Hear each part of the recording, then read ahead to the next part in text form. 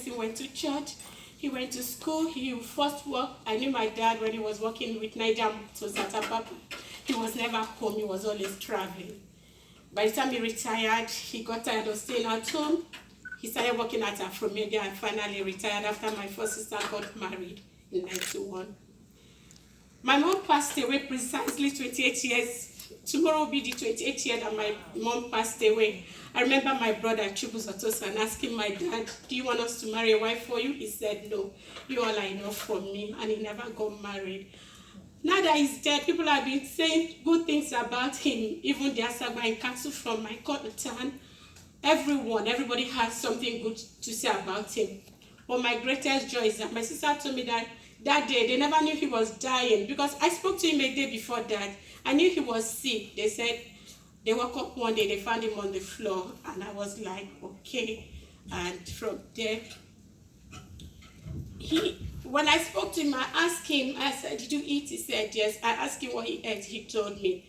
3 weeks before that, he would always come here and say, if somebody's coming by me, I see hot. And I'd be like, what about vitamin C? He likes the chewable one, and he would say yes. And he kept calling me, and I never knew. He knew I finished from school. I told him I was coming, even though I kept saying I've been here for the last 13 years. Not because I don't have my papers. I have my papers, I have everything. But I was just tied down with fear. I know that God has not given us the spirit of fear. But tell you what, a week before I came to America, there was a plane crash. I was in Redeemed Christian Church of God. My pastor, we all fellowshiped together. He was one of the major generals that died in that crash. I almost did not want to come. I was so scared. And ever since then, I've been scared.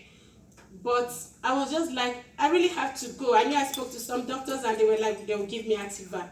When it was time for me to do my graduation in April, I flew to Arizona with my husband and we came back. Nothing happened. I just said to God, if you take me safely to Arizona and come back, I will go back to you. That I was still worshiping you. And when I came back, I told Pastor Miranda my story. I said, I went to Arizona, I flew, and I came back. But it took my dad's dying for me to come back to God. And I came to Pastor Lydia last week, Sunday. But my sister told me we shouldn't do it. We should celebrate the 100th one. But my dad was like, no, he wants to see 96. He wants to celebrate it with everybody. And my sister was like, oh. By the time they do birthdays for old people, they die. And I was like, if you want it to be done, let it be done. So, to God's glory, they did it. For those of us that were born into Catholic home, my sister told me that in December, my dad gave her his Jerusalem Bible. I was like, what's the Jerusalem Bible? So which one is Jerusalem Bible? But I guess that Bible they get from Jerusalem, I don't know it. That my dad gave it to her. And she was like, no, keep it. When you live to be above 102, like your brother, then you can give it to me. Then this Easter, I understand that he called all the grandchildren. They had a good time, and at the end of the day, he prayed for them, and he asked them in turn to pray for him.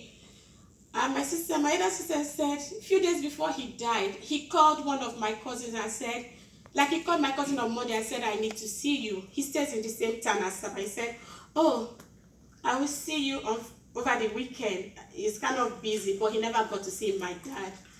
And while they are talking, my dad started talking about his many mansions, his home filled with gold, silver. My sister was like, is this house that is filled with gold, silver? But then we didn't know he was going. And at the time, he was struggling because as God we have it, I was supposed to work that Friday, make sure that he died, but I swapped my schedule with somebody. So I was home all through. So I kept calling Nigeria. I was on the line almost all the time with my siblings. And by the time I talked to my doctor, my cousin that is a doctor, he told me that it's not looking good, that they want to do a drastic treatment. So I said, no, he's 96, going to 97. Just let him be. And I just said to my sister, if anything happens, just let me know. And my other sister said they were talking. He wasn't really talking, but my sister just said Jesus to come into your life. Accept Jesus. And he said, Jesus, come into my life. But by the time he said, come into my life, before he could finish saying it, he took his last breath. And my sister said, when he did that, she thought he was sleeping. That he looked so peaceful. And my cousin came and said, he's dead. My sister said the first thing she did was to run away. which is death. I was just talking to him and now he's no more. But I just want to bless God that he lived a good life. He lived to see every one of us. He's from a polygamous home. His siblings went before him, but then now he's gone. He left a good family behind. All my family members, both the extended members, we're all together. Everybody's going to celebrate him. Somebody saw me the other day and said, oh, his death is everywhere. I said, where? I said, me, I like being quiet too. I don't want death everywhere. But I just want to give God glory because at least he accepted God. And what can I say? My only regret is not seeing him in the last 13 years. But as a child, I can say that I did what I should do. Teresa, you are aware. Sister, you know. I always talk about him. So I just want to bless God. And I thank every one of you for being here. Pastor Lydia, Pastor Caleb, all the ministers from Redeemed Christian Church of God, Chapel of Truth. I hope that's it. City of Truth. My brother Tosan, Pastor Ola, Joy, every one of you,